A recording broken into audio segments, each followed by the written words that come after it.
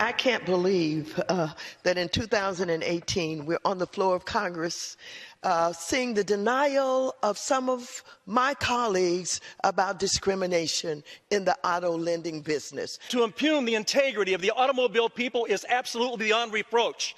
And so if you run out of facts, I guess the next thing you have to go to is discrimination. I am more offended as an African-American woman than you will ever be. And this business about making America great again, it is your president that's dividing this country.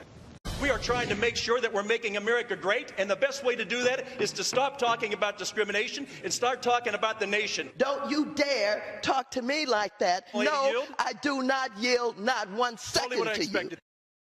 I'm more offended than you'll ever be. Therefore, I win. In the Who's Offended Olympics, Maxine Waters is always a gold medalist. Mark Stein, an author and columnist and all-purpose genius, joins us tonight, and longtime connoisseur of Maxine Waters.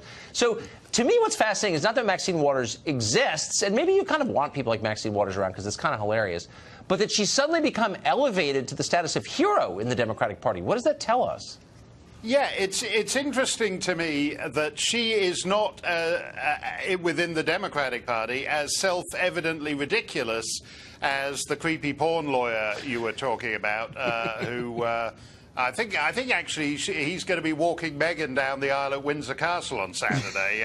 Meghan doesn't know it. Meghan doesn't know it, but he's just decided to swing by and do it. He figures it'll work for him. But the interesting thing about Maxine Waters is that this is someone who, for example, she's close friends with Louis Farrakhan, whom we've talked about before, who believes he's taken up in a spacecraft to commune with the ghost of Elijah Muhammad and various other Fruit of Islam space aliens once a month. I don't know whether he takes Maxine up there with him once a month, although it would certainly explain a lot. By the way, I would be in favor of that, because if the space aliens encounter Maxine Waters and think she's a typical Earthling, they will have no plans to come anywhere near this planet. So they would be performing a useful service if they did that. But it is actually extraordinary to me, this. For example, she recently called Trump's hotel in Washington a criminal-looking hotel. This is a woman who lives in a $4 million house, and in that sense sums up what Kanye West was talking about, the whole what have you guys done for me lately? What has mortgaging the entire future of one demographic group to the likes of Maxine Waters actually done for them? And that's a question I think more and more are asking. So, but for garden variety liberals who in normal times would have a problem with Maxine Waters' ethics and her rhetoric, and she's a Democrat, so they're not going to criticize her in public, but Maxine Waters, please, she's too far. They've woken up in the last year and decided that they really like Maxine Waters, and she speaks for them. Is there nobody on the left who's saying, well, wait a second, that's too far, she's too crazy, she discredits us? Where are the reasonable voices? No, I think what's interesting is that she made Time magazine, for anyone who wasn't aware, Time magazine is still out there and still publishing every week. She made Time magazine's list of the 100 most influential people in the world, which is patently absurd. Time magazine, at a certain point, used to pretend to be internationalist, so they'd have put, the deputy fisheries minister of the South Sandwich Islands on the list because he's really making a name for himself as a player in law of the sea negotiations. That's how Time used to be.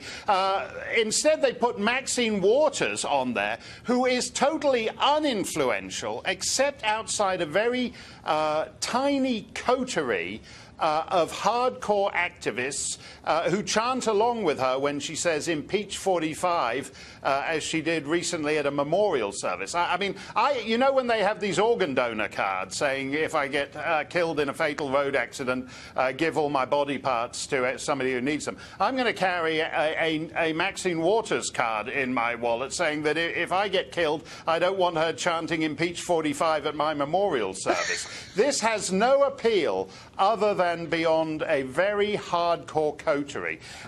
But that coterie is well established in the media, which is why Time magazine made themselves look fools by putting her on this most influential 100 people in the world list. Trump has driven them insane. It's unbelievable. Let historians mark this moment. Mark Stein, great to see you, as always. to say that somehow what we do is we prey on non-white people is incredibly divisive. It's not who we are as a country. And if we continue down this path, this cancer that's working its way through our society and breaking us down as a people, it is absolutely, you can't talk that way. And if words matter, and they truly do matter, what are we doing to ourselves and what are we doing to our country?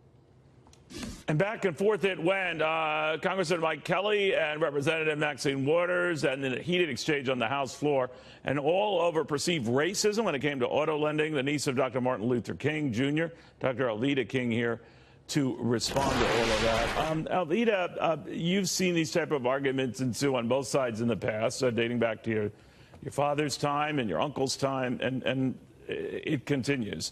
But the racial term, the fact that someone could be questioning legislation not on a racial ground but on a merit ground, I think that was Congressman Kelly's point of view. Congressman Waters not hearing anything of it. What did you make of it? Neil, thanks for this opportunity. It's such a key point right now at this time in history. Congressman Waters is on the wrong frequency, the skin color thing, trying to equate a person's skin color to their race, so to speak. And Congressman Kelly is actually right when he's saying, look, the nation needs help. The nation is in trouble. Here you are playing the race card again. And, you know, my uncle, Martin Luther King Jr., since you mentioned him, Neil, he said we must learn to live together as brothers, and I'll add as sisters, or perish together as fools. Well, the only way we're going to do that is to get past that skin color argument. You know, our blood is red. We're made of one blood. Of one blood, God made all people to live together on the face of the earth. And instead of calling us to get along as brothers and sisters, Congressman Waters is honestly playing the race card again. Low frequency, ma'am, low frequency. Skin color does not the person make. It's just part of the human composition. She knows that. And so in order for us to come together, and we can't be colorblind either because we are created in living color. The color does not make our race. We are one human race. Congressman Waters knows that, but here she is with the race card. Now, I have had some people of various skin hues say to me when I was in Washington, D.C., they'd walk up to me and say, this administration's doing a good job. I can get a mortgage now. My mother can move in with me.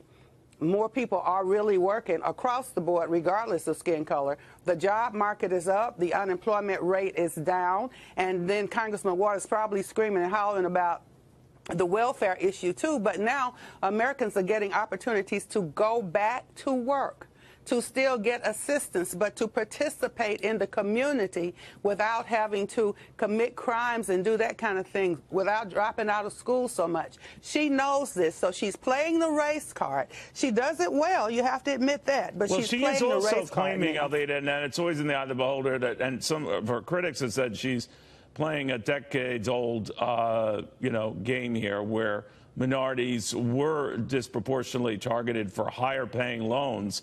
And their credit records were pursued as such. But that's more changing the redlining. Now, my daddy and my uncle broke up the redlining thing in the 1960s. I marched. That's when I marched and went to jail too. When you redline according to Social Security number, skin color. I understand, Alida, but she says it's still happening. And just to get better to her, I'm just getting her point of view out there because she refused to come on the show. It's getting better, and she needs to help it get better. Okay, so she's saying that she wants to keep stiff language in these auto loan deals that make sure that it doesn't happen. Now, I always argue that auto dealers are colorblind outside of one color, green. They like to see money, and they don't care.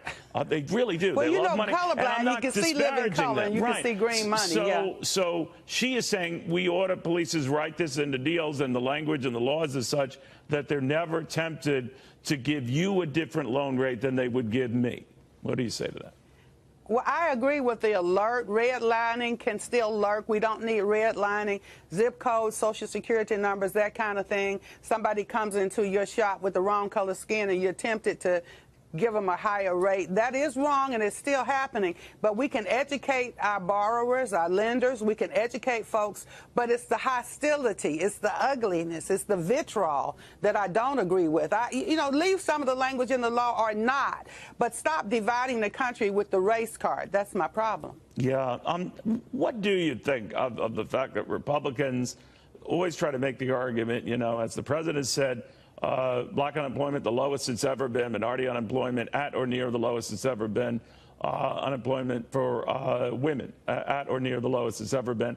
But they cannot get this out because they're always portrayed the same way. What do you think? The same thing happens. There's not enough reporting on what is happening in the communities with women, even the STEM grants we talked about on one of your shows when we talked the other time, the grants for women in science, all that kind of thing, opportunities for people to get back to school, get new education and new trade and new technology and et cetera. All of that is going on. And if the Congresswoman would take her time and beef up those efforts and those opportunities, then we could even see more progress. But there is progress being made. I'm telling you, I've got people who are telling me that their non-government paychecks, you know, from the private sector are going up. So when the tax cuts happen, then the people who employ folks are giving bonuses and opportunities to be retrained and all of that. That is actually happening. The Congresswoman knows this. I believe she should bring us together rather than trying to divide with the race card, because we're not colorblind. We live in living color, and we're one race, one red-blooded race. You know, Doctor, every time I have you on, not only are you so impressive, but I always wonder about how your family reunions go. You know, I mean, you're throwing food at each other. Well, I told you one year we talked that I said I'm not taking the turkey leg and beat them over the head because we're voting for different people. We don't fight. We actually get along and we do things together. We should learn from and that. We are having some efforts. They don't always, most of my family doesn't always agree with everything that President Trump is doing. Neither do I actually everything, but he's my friend. I voted for him. But we decided not to argue, but we decided to do what I'm saying. Not divide, but come together with love. Not a bad idea. Alveda, good luck coming out of your shell. It seems to be working. Alveda Thank King, you so much. Best of the best.